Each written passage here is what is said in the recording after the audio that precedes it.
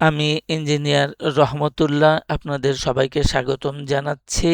এখন আমাদের আলোচনায় থাকছে ঢাকা স্টক এক্সচেঞ্জের ব্রড ইন্ডেক্স ডিএসসি এক্স। আমরা ডেইলি টাইম ফ্রেমে আছি। তো মার্কেট ভালো অবস্থানে আছে। মার্কেটের যেমনটা আমরা আলোচনা করেছিলাম যে একটা মার্কেটের ব্যাকবোন থাকা দরকার, সেই মার্কেটে লিস্টেড কোম্পানিগুলা আমাদের এখানে হয়েছে একটু ভিন্নতর, যে আমাদের ডেইলি টার্নওভারটাই এখন আমাদের মার্কেটের ব্যাকবোন। এই টার্নওভারটা যদি সরে যায় তাহলে মার্কেটটাকে ধরে রাখা মুশকিল হয়ে যাবে। তো নানান বিষয়ে আমরা দেখছি যে টার্নওভার ঠিক রাখার জন্য বা বিভিন্নভাবে পরিকল্পনা নেওয়া হচ্ছে। যেমন মিউচুয়াল ফান্ড ডিভিডেন্ড না দিয়ে পুনরায় মার্কেটে ইনভেস্ট করা, মার্জিন ঋণের বিষয়টাকে সহজ করা, অর্থাৎ আপনার কাছে টাকা নাই, ঠিক কম টাকা আছে, ব্যাংক থেকে হাউস থেকে লোন নিয়ে শেয়ার কিনেন। টার্নওভার T0 করার পরিকল্পনা আছে। এতে করে শুধু নাম্বার অফ ট্রেড বৃদ্ধি পাবে, মার্কেটের গভীরতা বৃদ্ধি পাচ্ছে না। মার্কেটের গভীরতা বৃদ্ধি করার জন্য দরকার হচ্ছে কোম্পানির লিস্টেড কোম্পানির দিকে ফোকাস করা দরকার। অন্যথায় দেখা যাবে যে আমাদের মার্কেটটা মূলত ট্রেডিং বেসড একটা মার্কেট হয়ে যাচ্ছে। ট্রেডিং বেসড আবার হয়ে গেলে সেক্ষেত্রে সমালোচকরা বলবে যে এটা একটা ক্যাসিনো। কারণ আমাদের যে বেসিক ধারণা যে আয় থেকে সঞ্চয়, সঞ্চয় থেকে বিনিয়োগ, বিনিয়োগের সুযোগটা আছে কি না, 3 বছর 5 বছর 7 বছর 10 বছর পর্যন্ত আমরা এখানে বিনিয়োগ করতে পারি কি না। যদি শুধুমাত্র ট্রেডিং থাকে, টার্নওভার উপরে ভিত্তি করে একটা মার্কেট চলে, তাহলে দেখা যাবে যে ট্রেডিং হচ্ছে, হাত বদল হচ্ছে, যত হাত বদল হবে তত দাম বাড়ার সুযোগ থাকে। তো দাম বাড়লে এক সময় বাবেল হয়ে যেতে পারে, যদি না সেই মূল্যটা কোম্পানির ফান্ডামেন্টালকে সাপোর্ট করে।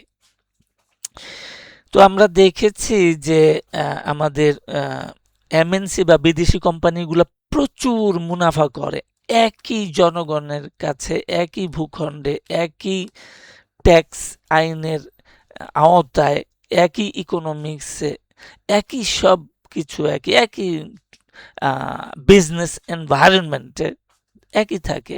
বিদেশি কোম্পানিগুলো ভালো করছে, এমএনসি ভালো করছে, কিন্তু আমাদের দেশি কোম্পানিগুলো ভালো করছে না। তো এই সমস্ত বিষয়গুলো খতায় দেখা দরকার। প্লাস যে ফিনান্সিয়াল রিপোর্ট তৈরি করে তারা, এই ফিনান্সিয়াল রিপোর্টগুলোর মান অত্যন্ত মানসম্পন্ন নয়। তাহলে এই রিপোর্টগুলো মানসম্পন্ন করা দরকার। প্লাস যে আইপিওর মাধ্যমে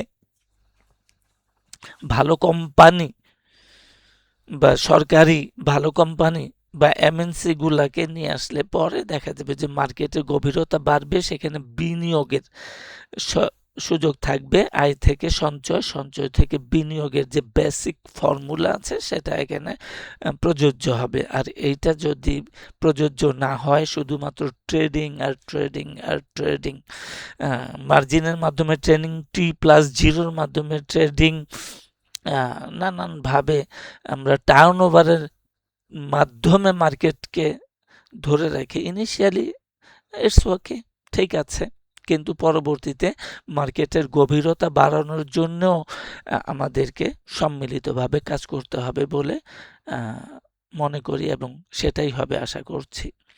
তো এখন আমরা মূলত আমরা যে সমস্ত আলোচনা করি টেকনিক্যাল অ্যানালাইসিসের বেসিসে, সেটা আমরা চলে আসি এই পর্যায়ে।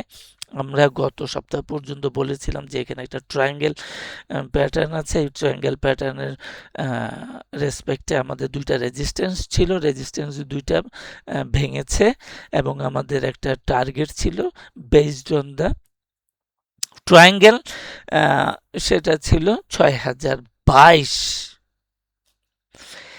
৬০২২ এটা একটা এখনো পর্যন্ত আমাদের ভ্যালিড আছে এবং গুরুত্বপূর্ণ একটা পয়েন্ট আছে। এবং আমরা আরও কিছু পদ্ধতির মাধ্যমে মার্কেটকে কোন পর্যন্ত যেতে পারে সেইগুলা আলোচনা করেছি। আরেকটা হলো যে ব্যালেন্সিং, প্রাইস ব্যালেন্স করার জন্যে দেখা যাচ্ছে যে আমাদের এখানে আমরা ডিটেলস আলোচনা করেছি, এখন আর যাব না। তো এখানে ৬২০০ অ্যাপ্রক্সিমেটলি আমাদের একটা টার্গেট আছে। প্লাস এখানে আমরা দেখতে পাচ্ছি যে একটা রেজিস্ট্যান্স জোনও আছে, এটা শক্তিশালী জোন হিসাবে আমরা বিবেচনা করছি। ইন এডিশন টু দ্যাট, যে ২০২৪ সালে অগাস্টে যখন অন্তর্বর্তীকালীন সরকার আসলো, তৎপ্রেক্ষিতে মার্কেটের একটা বুলিশ ভাব চলে আসছিল। সেই সময় যে টপটা তৈরি করেছে সেটা অ্যাপ্রক্সিমেটলি ৬২০০। কাজেই এই ৬২০০টাকে আমরা একটা গুরুত্বপূর্ণ জায়গা মনে করছি। আর একটা আমরা দেখেছিলাম আরেকটা পদ্ধতি হলো চ্যানেলিং সিস্টেমে। তো চ্যানেলিং সিস্টেমে আমরা ওয়েভ 5 মূলত 1 2 3 ট্রায়াঙ্গেল 4 দেন 5 ৬২৩৩ পর্যন্ত আমরা আলোচনা করে রেখেছি। এখন যেহেতু আরও ডেটা এসেছে, আরও ওয়েভ ফর্ম করেছে, তখন আমরা বুঝতে পারবো যে এখন আসলে এই ওয়েভ 5টা কোথায় আরেকটু প্রিসাইজ, আরেকটু সংক্ষিপ্ত আকারে আমরা করতে পারবো। তো এখন আমরা আমাদের যেটা দেখলাম যে আমাদের ওয়েভ 4টা আছে এখানে, এই 4 থেকে একটা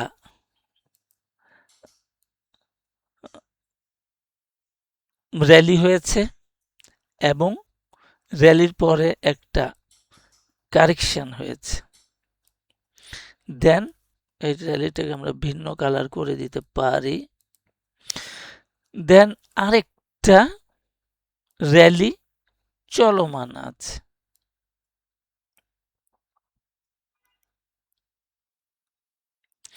আরেকটা র্যালি চলমান আছে। তাহলে এই যে সেকেন্ড র্যালি যেটা আছে, এটা আমরা হালকা গ্রিন করে দিলাম। এই সেকেন্ড র্যালিটাই হচ্ছে এখন আমাদের আলোচনার বিষয়বস্তু। আলোচনার বিষয়বস্তু হইল যে এই সেকেন্ড র্যালিটা আমরা পরিষ্কারভাবে দেখতে পাচ্ছি যে এখানে 3 ওয়েভ স্ট্রাকচার আছে, 1 2 3। তো এখন ঘটনা হইল যে এই চলমান ট্রেন্ড হচ্ছে মোটিভ, মেইন ট্রেন্ড। মোটিভ কখনো 3টা ওয়েভে সমাপ্ত হবে না। তার মানে এই গেল বৃহস্পতিবারে যে ক্যান্ডেল তৈরি হয়েছে, রেড ক্যান্ডেল, এতে করে আওয়ারলিতে, শুধুমাত্র আওয়ারলিতে কারেকশন হইতে পারে। মার্কেটের যে আপট্রেন্ড সমাপ্ত হয় নাই। সুতরাং এই যে 3 ওয়েভ স্ট্রাকচার বলছে যে আমাদের মার্কেট সমাপ্ত হয় নাই, মার্কেট চলমান থাকবে। এখন একটু আগে আমরা বললাম যে এর আগে আমরা আলোচনা করেছিলাম ওয়েভ 5 233, ৬২৩৩। এখন আমরা আরেকটু সংক্ষিপ্ত আকারে জানতে পারবো, কারণ হলো এই যে ওয়েভ 1 আছে এখানে, এই ওয়েভ 1 এর তুলনায় আমরা দেখতে পাচ্ছি যে ওয়েভ 3টা ছোট। সুতরাং ওয়েভ 3টা যদি ছোট হয় তাহলে ওয়েভ 5টাও আরো ছোট হবে, 3 এর চাইতে ছোট হবে। তাহলে বর্তমান অবস্থার প্রেক্ষিতে যে পর্যন্ত নেমেছে আমরা ধরে নিলাম যে মার্কেট এখানে আর নামবে না। যদি তাই হয় তাহলে সেই ক্ষেত্রে আমাদের টার্গেট হচ্ছে ৬০৮৬ ম্যাক্সিমাম ৬০৮৬ 100% ফিবোনাসি লেভেলে, অর্থাৎ ওয়েভ 3 ওয়েভ 5 কে 3 চাইতে অবশ্যই ছোট হতে হবে, কারণ এই ওয়েভ 1 আমরা লিখি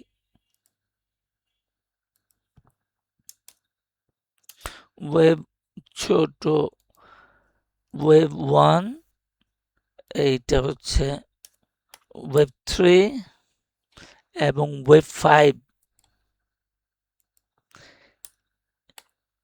এই তিনটা ওয়েভ যারা আপ ট্রেন্ডে আছে, ওয়েভ 1 আপ ট্রেন্ডে আছে, ওয়েভ 3 আপ ট্রেন্ডে আছে, ওয়েভ 5 আপ ট্রেন্ডে আছে, তিনটার মধ্যে ওয়েভ 3 কখনোই সর্বকনিষ্ঠ হইতে পারবে না। তাহলে আমরা দেখছি যে ওয়েভ 1 বড় হয়ে গেছে, ওয়েভ 3 ছোট আছে, তো এখন ওয়েভ 5 কে সর্বকনিষ্ঠ হইতে হবে। যেহেতু ওয়েভ 3 সর্বকনিষ্ঠ হইতে পারবে না, ওয়েভ 1 অলরেডি বড় হয়ে গেছে, তাহলে সর্বকনিষ্ঠ হইতে হবে অবশ্যই ওয়েভ 5 কে। তাহলে সেই ক্ষেত্রে ৬০৮৬টাকে পাস করা কঠিন আছে এই হিসাবে। এখন আমরা একটু আগে বলেছি যে আমাদের মার্কেট কারেকশন আওয়ারলিতে চলমান আছে, ডেলিতে এখনো ভালো আছে। এখন উল্লেখযোগ্যভাবে হইল যে এই জায়গায় যে টপটা দেখতে পাচ্ছি, এটা হলো নির্বাচনে জাস্ট পরপর যে টপটা তৈরি করেছে, সেই ক্ষেত্রে আমাদের আরএসআই আমাদের মার্কেট হায়ার হাই করেছে, আমাদের মার্কেট হায়ার হাই করেছে, কিন্তু আওয়ারলিতে দেখি আমরা মার্কেট আরএসআই হায়ার হাই করতে পারে নাই বা এমএসিডিও পারে নাই। সুতরাং মার্কেটের মধ্যে লিটল বিট একটা কি দুর্বলতা আছে, কিন্তু এটা শুধুমাত্র আওয়ারলিতেই আছে, ডেইলিতে এখনো আপ ট্রেন্ড বজায় আছে। সুতরাং মার্কেট এর ট্রেন্ড শেষ হয় নাই, মার্কেটের ট্রেন্ড এখনো কিছুটা বাকি আছে, মার্কেট চলবে উপরের দিকে। এখন আমরা একটু আগে বললাম যে আমরা ওয়েভ 5-এ আছি, আমরা ওয়েভ 5-এ আছি। ওয়েভ 5-এ ওয়েভ 5 হচ্ছে কি টার্মিনেটিং ওয়েভ। টার্মিনেটিং ওয়েভ সবসময় কি দুর্বল থাকে, যে কারণে আমরা একটু আগে আরএসআই এবং এমএসিডি দেখলাম হায়ার হাই করতে পারে নাই। টার্মিনেটিং ওয়েভগুলা দুর্বল থাকে, হায়ার হাই করবে কিন্তু দুর্বলতা থাকার কারণে মোমেন্টাম গুলা হায়ার হাই করতে পারে না, যার ফলে ডাইভারজেন্স তৈরি হয়। এখন হলো যে বাইরে যাওয়ার রিস্ক কোথায়, আমাদের রিস্ক কোথায়? আমরা তো বলছি যে মার্কেট এখন চলমান থাকবে, যদি কোনো অবস্থায় ইন এনি কেস যে কোনো অবস্থায় মার্কেটকে লোয়ার লো করতে পারবে না। তো মার্কেট এখানে আমাদের একটা লো আছে, এই ইন এনি কেস যদি কোনো কারণে মার্কেট লোয়ার লো করে তাহলে আমাদের আজকের এই ইন্টারপ্রিটেশন সমূহ সম্পূর্ণ বাতিল বলে গণ্য করা হবে, এবং এইটা হচ্ছে 5666, 5766, 5000 লো হলে 5766 টেক্সট 5766 এর নিচে এটাই আমাদের ইনভ্যালিডেশন। এর নিচে গেলে আমাদের ইন্টারপ্রিটেশন সমূহ বাতিল বলে গণ্য করতে হবে। আজকে এখানেই শেষ করছি। সাথে থাকার জন্য সবাইকে অনেক অনেক ধন্যবাদ।